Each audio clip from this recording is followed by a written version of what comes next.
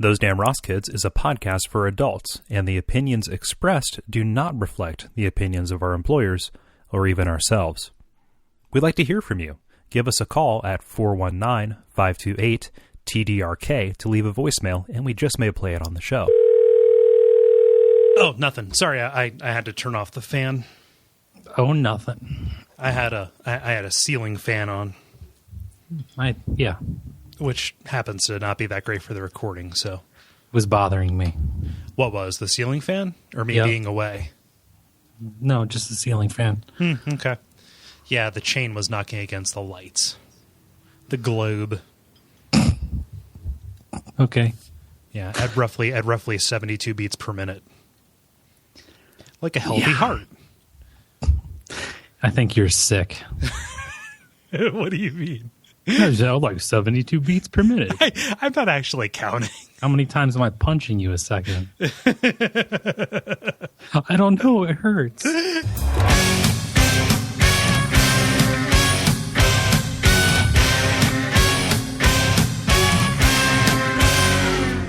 Damn Ross Kids, a conversation between brothers, featuring Kris and Kole Ross.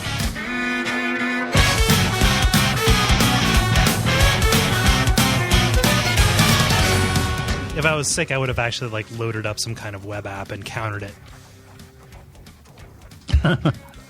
Well, maybe. So we were talking on the phone a little bit earlier, and I said, "You're going to take me to task or something, aren't you?" No, I'm not going to take you to task. You're going to mop up the carpet with me. You were saying with my luxurious hair. You cut the show off at 45 minutes, right? And I said, why? And you said, well, and I said, well, your other shows are like 3 hours. Mm-hmm. And you said, I can't make 7 3-hour shows a week. Right. And since I don't really care about what you do or what happens to you, I didn't realize that you did that many. And I said, how many shows do you do? Uh-huh. And the answer was said, on my network? No, that I am personally involved in. Okay. Yeah. On your network. Right. Yes. My personal network. It just made me think of somebody who buys a basketball team because they got cut from all the others.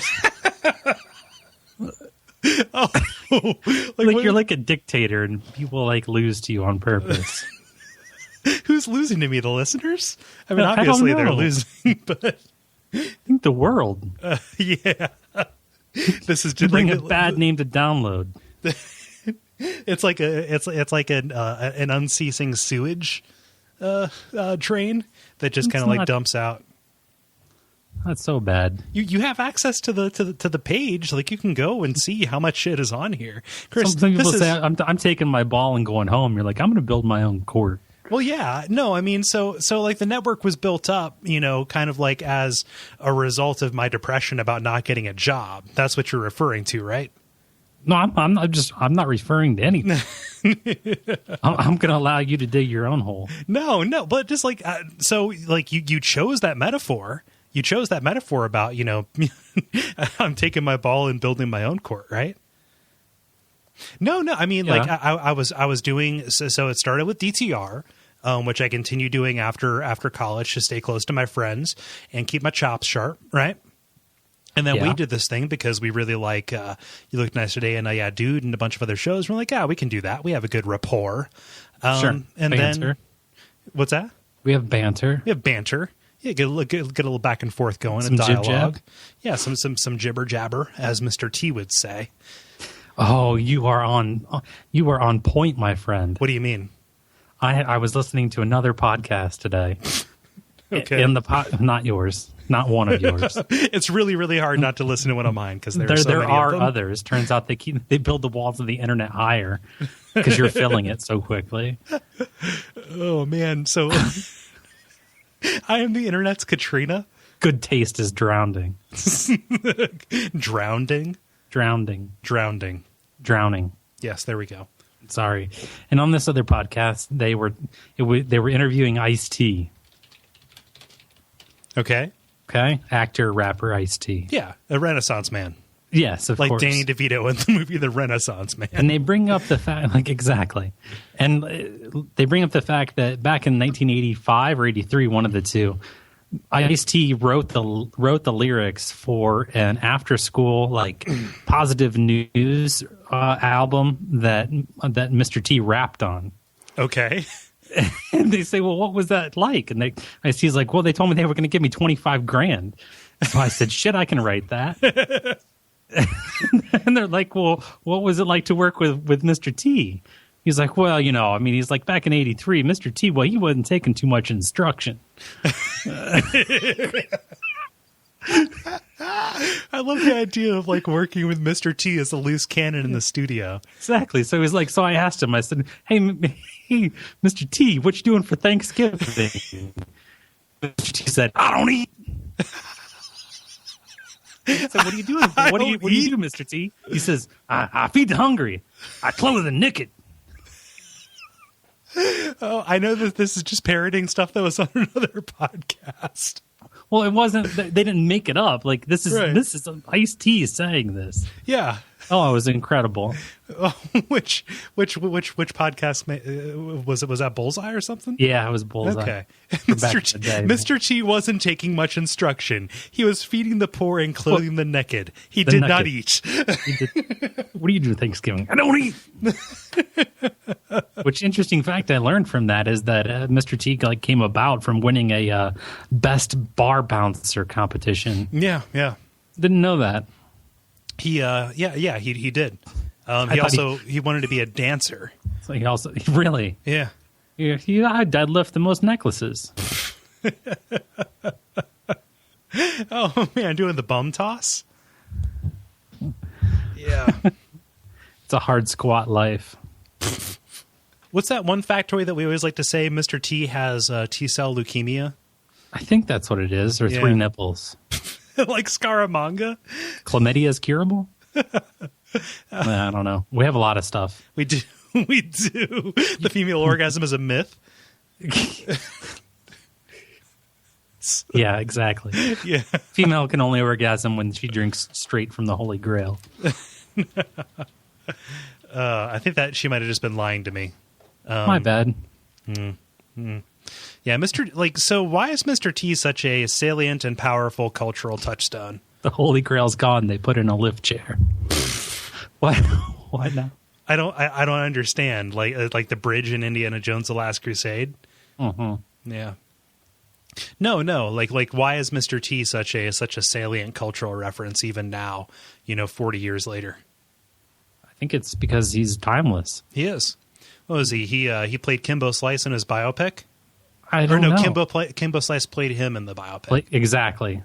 No, wait. Kimbo Slice played him in the A-Team remake, right? Yeah. Okay. There's always, and this is what I learned. There's always a new Mr. T, but there's never another Mr. T. T's will continue to be written, but they'll be in descending size, and you know what I mean. Like the T's will always get smaller. The Book of Life is about 1,400 pages long. The first page is nothing but a big T. And then it is progressively smaller T's until there are 2 T's on a page, and then 3, then 4, down to microscopic T's. Exactly. Or maybe a better way to say it is there was only ever one capital T, and everyone else will be lowercase. Yeah. No, I think it would be more appropriate if he was a lowercase T, because that's the cross and he's the savior. They pitched the Foreman grill to him first. He decided to throw his entire backing into jammer pants. Are those like Jenkins? No, those big wide leg pants that MC Hammer wore. Oh, okay. Flowing. Yeah, Jenkins. Things you wad up and use as a pillow because you're bankrupt. He pulled out. He just had a bunch of people who were taking advantage of him. He had like 9 kids. That's true. Get it? No, I don't. Oh, he pulled out. No, he had not. That was pretty good. I'm not bringing you back for another one. I'm glad. You can die on the door like Leo. I'm glad you brought me back for that one, though. Thank you. You're welcome. I appreciate that a lot. I don't even know. Yeah, I do a fuckload of shows. In synopsis. Okay, so for those of you who I don't know medical terms. You're on fire. You're on fire. We haven't done this. Feels like it's been forever since we did this. Kind of. I mean, it's been the usual, like 2 weeks? Yeah. Yeah. No, you're not wearing on me like you usually do. Well, and you as well. No. It just we had a little bit of phone tag getting this scheduled.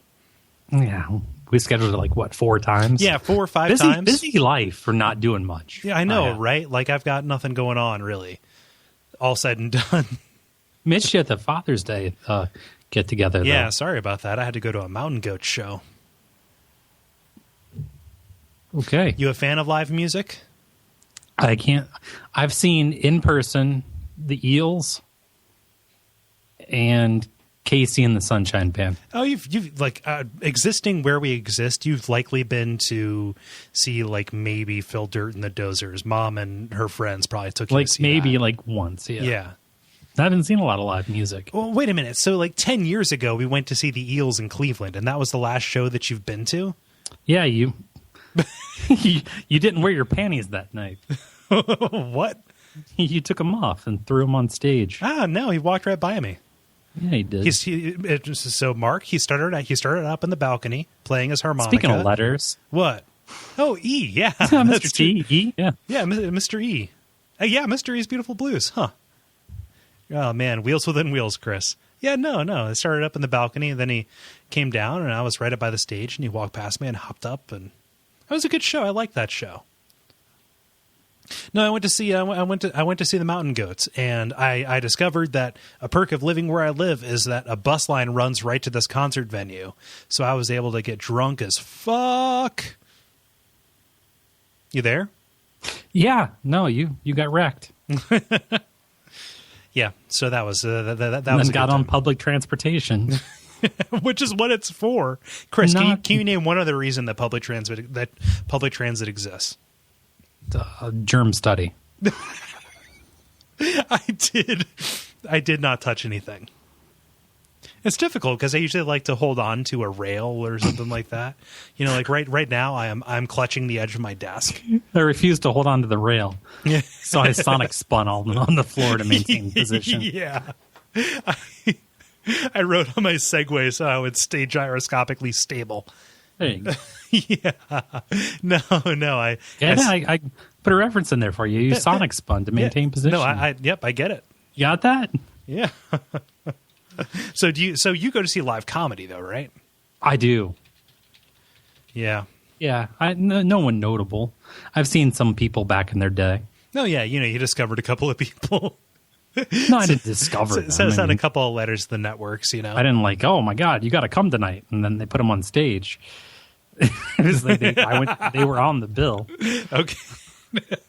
No, just going down to a couple of open mic nights, just recruiting a couple of ham and eggers. Bag those groceries and make me laugh. What are your views on the Iran-Contra scandal? Well, that was like 30 years ago. I'm sorry, I have not refreshed my recruitment pitch. Right. Oh, man. Usually people can riff. I am going to put you down for bad marks, sir. And also don't put that watermelon on top of the eggs. That's funny. Asking a grocery store bagger about current events. That's probably the dumbest thing I've ever heard. Why are you laughing? Well, because it is exactly so dumb.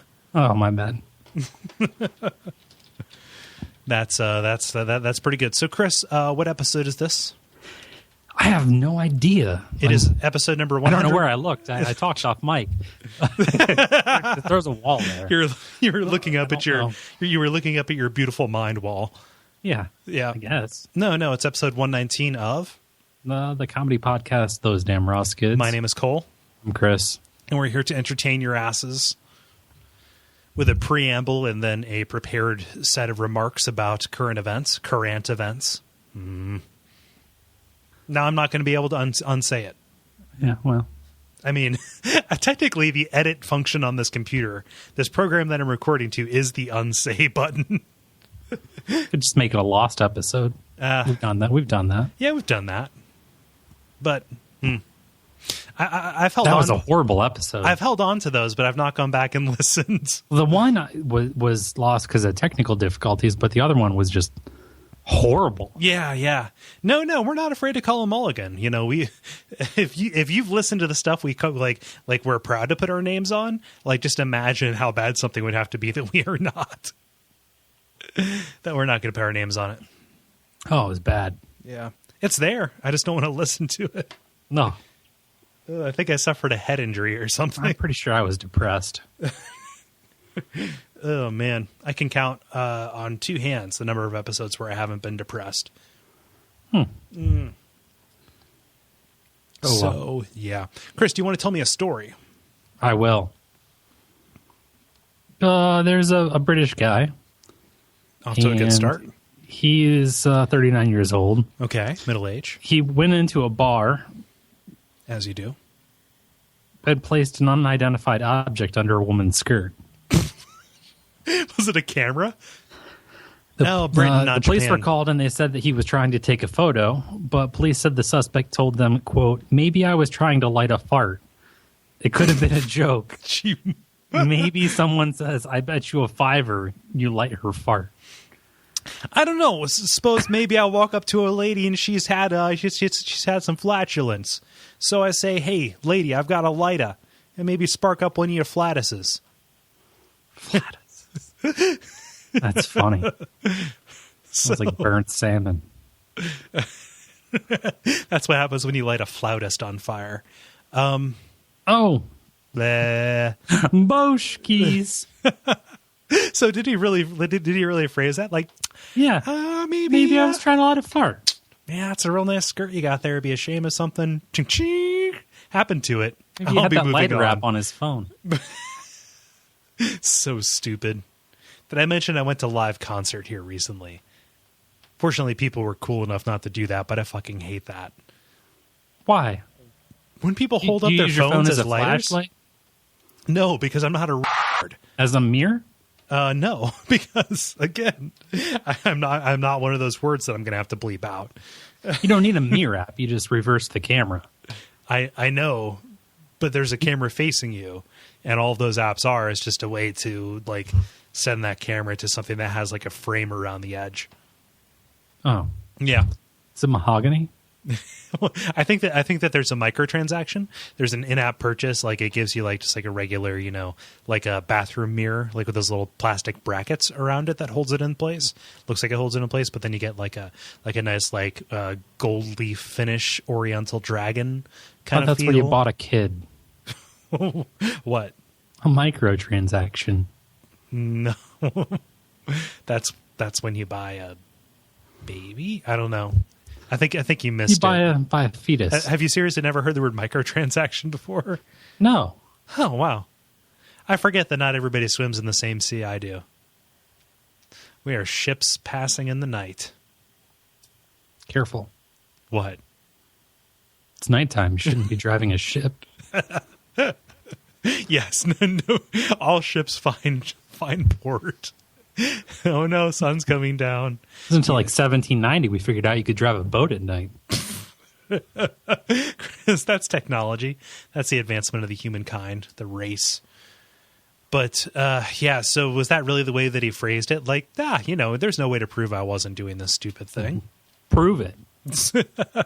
So got pictures? Shit. I do.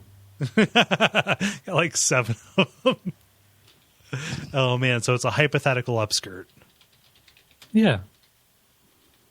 That's pretty good. I like that. It's a flaming upskirt. Yeah. No, there are cameras everywhere. We're walking around. You got 2 cameras inside your pocket, you know, at all times, at least 3 microphones.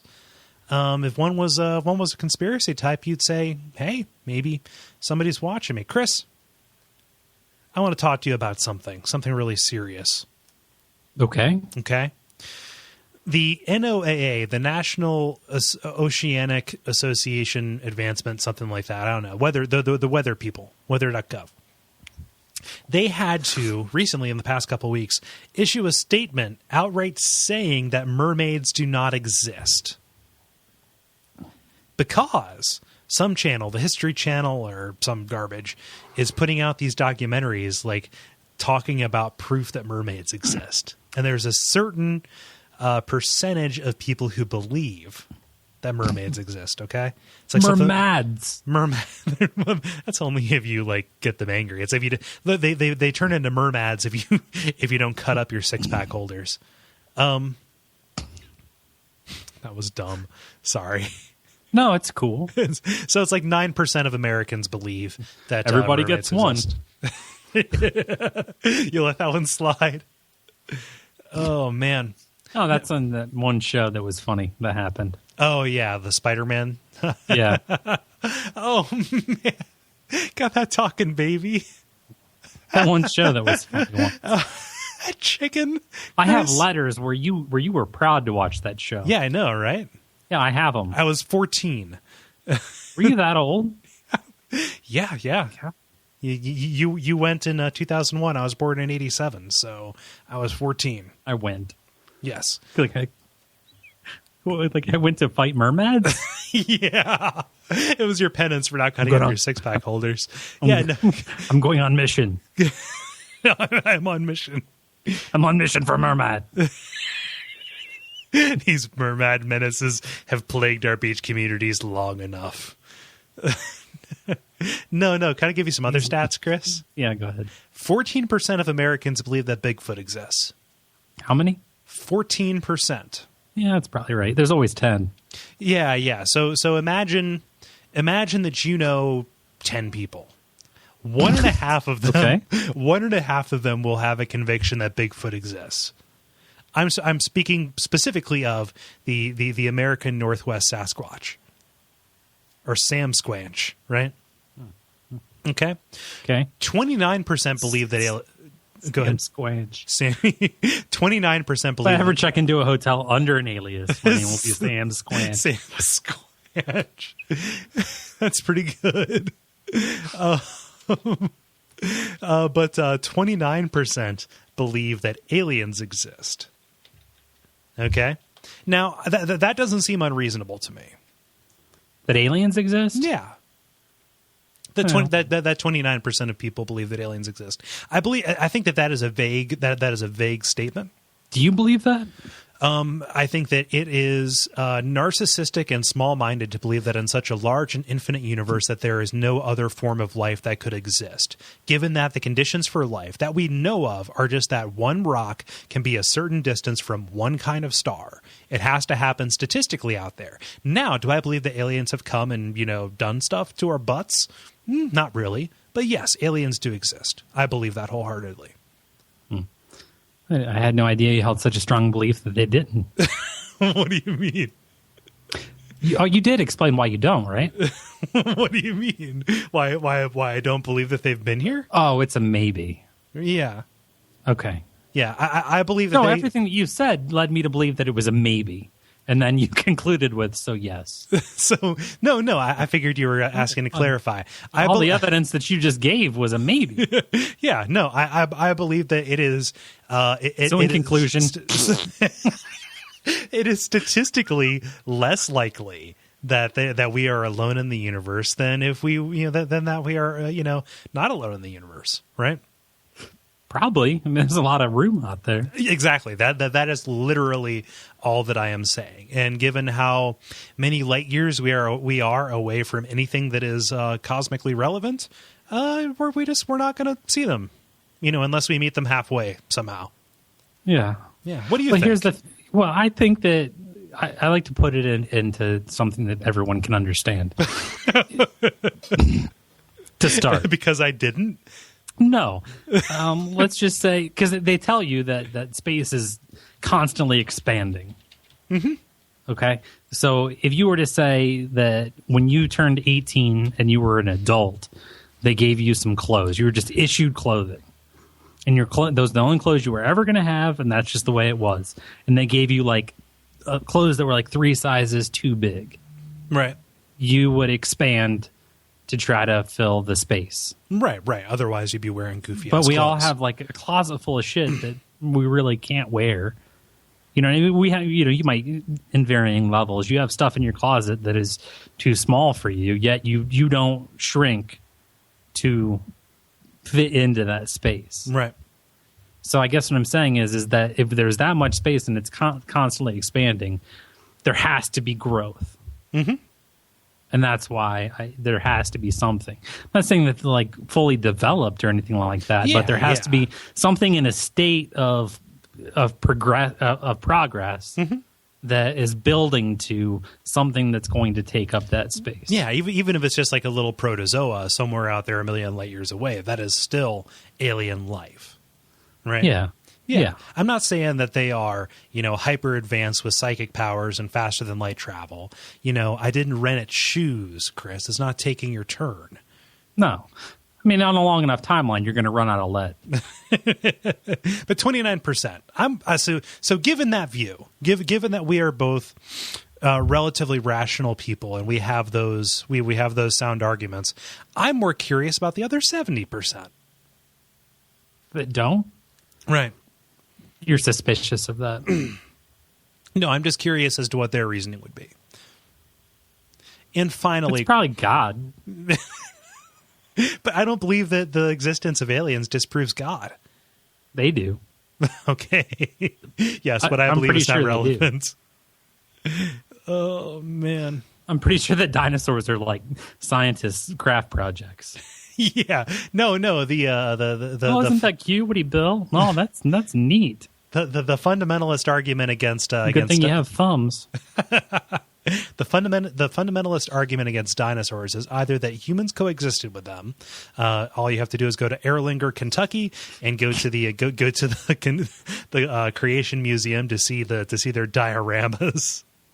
If you didn't, is it like still shots from the Flintstones? Kind of, yeah. Except it's. I believe that there is a statue of Jesus riding a raptor. No, there's not. I believe that there is. I'll never know for sure because I will not give them money to go in and see it. That's nuts. Like if I could just go there and take pictures and walk out and say neat, that'd be fine. But I'm not going to make a donation to them. Is Hanna-Barbera the curator? I believe that's two people.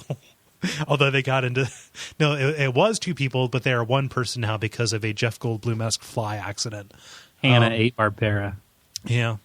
My bad. Hannah was insatiable. Jack Hanna. Jack Hanna ate Barbara Streisand.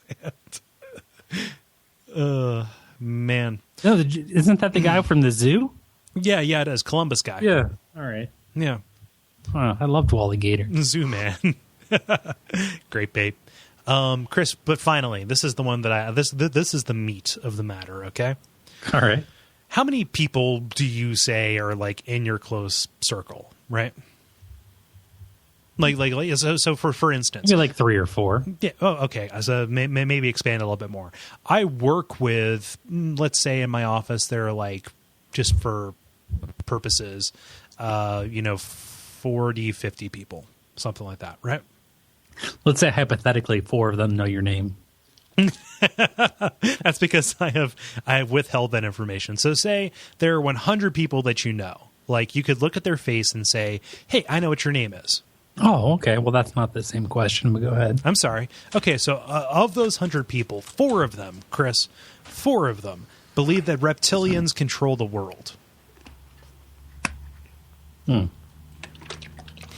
So that means that there's 96 people who aren't like me? Oh, man. I probably, before I was so dismissive, I probably should have gauged your interest in lizard people. No, it's cool. I said it on a Lazy Susan and turned it.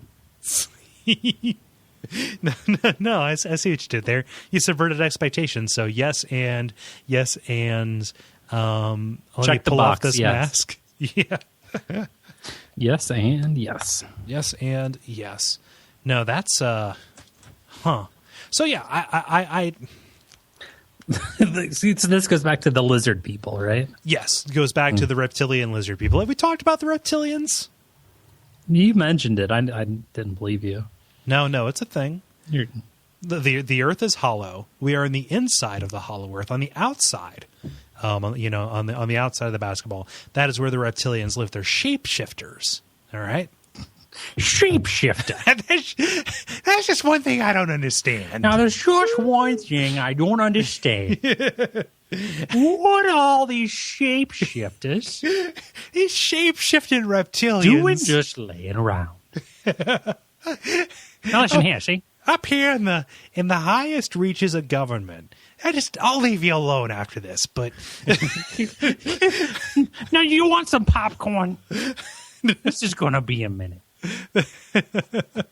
You may want to take a bathroom break. You want a barrel of sugar water? You might, because you're a reptiloid. Yeah. So, but 4%. Huh. That means that if you know 25 people, one of them believes that reptilians control the world. Man. That was supposed to be funny, but it just depressed me. Tell me a story. A conference being held at Australia's National University would normally fly under the radar. But when the topic is witchcraft, the equation changes. What experts are talking about, the fear that sorcery-related violence could spread from Papua New Guinea to other parts of the Pacific. There's been reports that deaths from diseases like AIDS tend to spur witchcraft accusations, and the former head of the Solomon Islands National Museum is saying that the reason why it's growing is because there is some kind of economic benefit people are receiving from these practices. Oh, being paid, yeah. So they're saying that Hanoi, the problem in that country, might end up with the same situation as Papua New Guinea, where they are actually physically killing people. It's those killings, including a example from February in which a 20-year-old accused witch was burned alive. That led Papua New Guinea to last week bring back the death penalty to deter those who were acting in sorcery, or evil sorcery, as they say. Okay, so they're enacting the death penalty to stop people from killing people who do witchcraft, or to stop witches. To stop witches. The legislative changes, quote, don't necessarily mean an end to the problem because the ratio of police to witches is quite low. When you've got an armed mob screaming for blood, there's nothing much witches? A few policemen can do. And the fact is that police in Papua New Guinea are just as likely to believe that the accused witches are guilty as charged. Yeah, an armed mob of witches. Yeah, so it's a real life cartridge of ZAMN. Zombies ate my neighbors. They're just squirting them. There were no witches and zombies ate my neighbors. And why did you feel the need to abbreviate that? You knew. That's like the most ridiculous way to obscure the thing you were trying to say. Yeah, Yeah, I'm dropping breadcrumbs. Come with me. Yeah, just leaving a little trail to happiness. Okay, come with me to a quiet corner where we can laugh together. Because you get me. Because we are one. We are one. We are one. We are one. Together we stand. Cher? No. I think I might have been doing Scott Stapp or what's his name? Yellow Ledbetter, Eddie Vedder. Creed. Yeah, Scott Stapp from Creed. Eddie Vedder from Creed. Bon Jovi's concert was canceled in Cleveland. Was it? FirstEnergyArena.com, yes. It's his life. He can do what he wants. Just fuck you. I almost said it. You almost sang it. Yeah, I did. I'm just you, Bon Jovi's for closers. Put that copy of Young Guns down. Put that iPod down. Put that copy of Young Blood down. Young Blood Gold. I think they're both movies with dusters. Yeah, always with the dusters. Pretty sure. Dusters are for closers. Dusters are for closers. Clothes are for dusters. No, you're on the phone. Nobody can see you. Wear the duster. Yeah, it's... Oh, man, I wish I could telecommute just so I could wear a duster around. No, but then, no, I don't. That's not actually a thing that I wish was a thing. Man, witches, Chris. Witches. Eating hearts. Yeah, eating hearts? More like breaking hearts. I fell in love with a witch once. I was a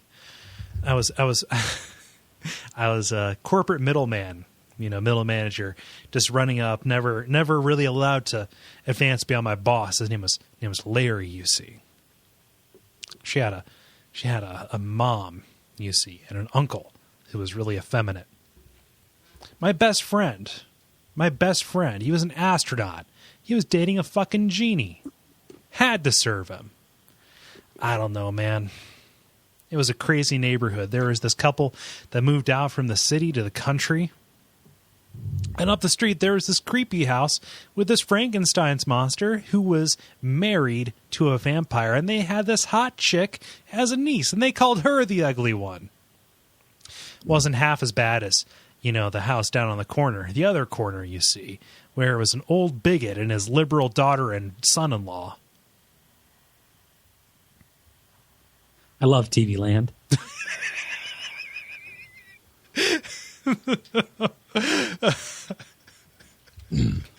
God, I get sad. No, the props to you for that. I get sad sometimes that nothing as good as All in the Family will ever be out again. Some of the best writing occurred on MASH, actually. Yeah, no, I like MASH too. But I get sad that, like, All in the Family is about as edgy as we're ever going to get. Yeah, that was the zenith. Yeah. That could be watched on the zenith. Yes, a 13-inch zenith. When you could fight it away from me, when I wasn't playing SNES. Yeah. No, but just like I was watching, it was like late at night. I was home, so there was TV.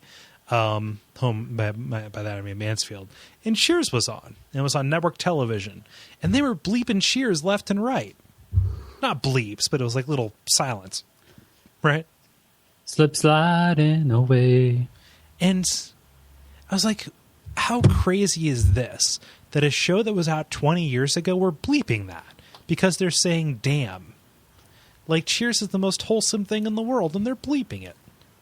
Yeah, I mean, if you listen back to like some of those roasts, like with the guy and the other guy, and they were he's calling his wife a whore. In blackface. He's in blackface calling Dean Martin's wife a whore. She was. It was a simpler time. Well, she was just there for the money. Probably. Ugh. They could only do it if Newt Rockney was yelling, "Go, go, go, go." That was pretty good. I don't know. So we're talking about witches. And, we were a while ago. Yeah, you're right. Who knows? That is accurate. At one point we talked about witches. Who knows how witch physiology works, Chris?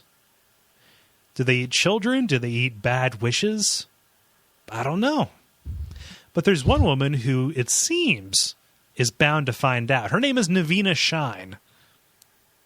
She lives in Seattle, and she broke my heart. See, we had this neighbor who was an astronaut, and he had a genie, and she had to serve him. No. She broke your heart record? She went crazy on me, and also on my turntable. My bad. Yeah. Good on you for knowing a heart song. That's more than I knew. It was right up there with Barracuda. Barracuda. But no, Barracuda had no place in this conversation. Yet I'll throw it out as an alternate. Yeah, no. Number 2, if you will. Yeah, and it's an anatomy of a joke. Chris, 2 paths diverge on a wooded forest. God, draw it. What? I said draw it. Yeah, I've got a whiteboard right here. I'll do it. You have a transparency overlay. This is where Chris fucks it up. This is where. No, her name is Navina Shine. And she is on a 100-day quest to determine if food is an addiction. No, Sunshine is. Yeah, no, she wants to convince people that she can live on nothing but sunshine and tea. Not possible. She has installed surveillance cameras all around her house to help assure people that she isn't sneaking bites. Right? I feel great. That's how I might doze off every once in a while. there's times where I go through blah. There's times where I think, should I stop this now? Does anybody have a saltine? Can I get a scallop? She says of food, it's like alcohol. Once you start doing something, you can't get off it. Especially now when they put, I'm so hungry. When they put all the addictions into the food to get you coming back for more. Food is so addictive. Yeah, that's on the cereal box. Yeah. With all the additives you need. With all the yeah. So she's all the additives you like and the ones your mom wants you to have. Yeah. Kid tested, mother. Yeah, so she's like 60 years old. She looks like a TV grandma. She weighs 129 pounds, down 30 pounds from when she started. Student design with Weight Watchers. Yeah. No, how many points is sunlight? How many? Exactly. Yeah. See, how many points are goodbye hugs from grandkids? How many points are $5 checks?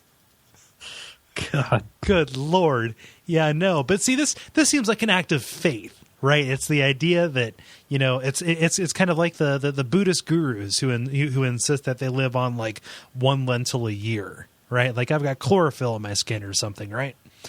But she doesn't have that much faith because she has a lifeline. She's got a cup of fucking miso soup in her fridge in case she's going to die. Miso soup. Miso Skeptical, Chris. Well, she might make it. Well, she might, but... I got dibs on the soup. Oh, man. You put that over a fire, you got a stew going. Man. Stew is any hot maybe liquid, in Papua right? New Guinea. I never quite understood what stew was, so that joke often falls flat for me. Oh, it's hot in here. It's any hot liquid. What? Oh, you maybe turn the air off because it messes up the recording. It does. It's like 9 million degrees in here. It is. It's hot in here too, Chris. I'll be pull apart tender in a few minutes. You won't even need a knife. Oh, no. It's awful. It is awful. Chris, you got one to take us out on? Yeah, Dunkin' Donuts has introduced a new sandwich. It's called the Glazed Donut Breakfast Sandwich. Oh, no. It's a glazed donut cut into with fried eggs and bacon between. This comes as fast food chains play up their healthy items. We're going in the other direction. It weighs in at 360 calories, which I think is nice. For a breakfast sandwich, that's not huge. No, it's not horrible. Like that's less than a Big Mac, which is weird. Yeah. They asked the corporate chef for Dunkin' Donuts if the suggestion was made by this is socially responsible behavior. He was high, and I'm sorry to interrupt. Yeah. It was a suggestion from a customer, and he said no. So it's a glazed donut instead of bread. So immediately, this is something that just is going to ruin anything that you're around when you eat it. Basically, yeah. It's got what? Sausage, egg, bacon. It's going to ruin a toilet at your first sales call. That's basically what it's going to. Toilets are for closers. Oh, you shit or you walk. I did this in the lobby. You're going to close. So. Can you send back to the workroom? Do you? I guess I'm a closer. Do you? Is there? Okay, I need a pail and whatever industrial chemical fume hood you have. Yeah, right. Yeah. And goggles and a drop cloth. Does your aisle wash station double as a bidet? Now it does. Because quite frankly, it's ruined for everything else. 2 jets, fancy. Twin jets. Yeah, that's I don't know. Like, is that a stool? Get a mop. I think there's a stool. You got a mop. I think I stooled. Yeah. No. So that's not worse than the McGriddle, though, right? Probably not. No. McGriddle's like 780 calories. Yeah. A McGriddle puts you into debt for the next day. Yeah, basically. I've never had one. We were talking about that at work today. I'm on a McGriddle fast. It's one McGriddle a week. It's one McGriddle, and you can only use the napkins that came with it to cry and blow your nose into. What's that? I said I'll have the big month's breakfast. I'll eat it on 31-day months. Those are the biggest months scientifically. God, I can't wait. I'm counting knuckles.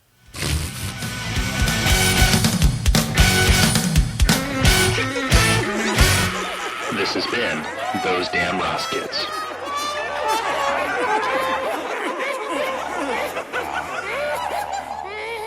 Okay, we're going to break on that, but I need you to explain to me what counting knuckles means. You count your knuckles, and it tells you what... 30 days has November, January, March, and September. Yeah, you can make up months if you want. Yeah. Chris, all the world is a stage. Mm-hmm. Chris, there are things that people can do. You're going to need to tell them. Okay, cool. So you can go to Duckfeed.tv/ThoseDamnRossKids where you can find old episodes. You can also subscribe to us on iTunes, leave us a rating or review, or like us on Facebook. That's Facebook.com/ThoseDamnRossKids. And if you would like to, let's see here, support the network monetarily, you can go to Duckfeed.tv/tipjar where you can buy something off of Amazon, and then we get credit for it. We get a little bit of money, and that helps cover fun things like hosting and bandwidth and all that good stuff. So we really appreciate that. If you do that, we really appreciate you subscribing, rating, and reviewing. But most of all, we appreciate you listening. Did I miss anything, Chris? No. Sorry, America. Sorry, America.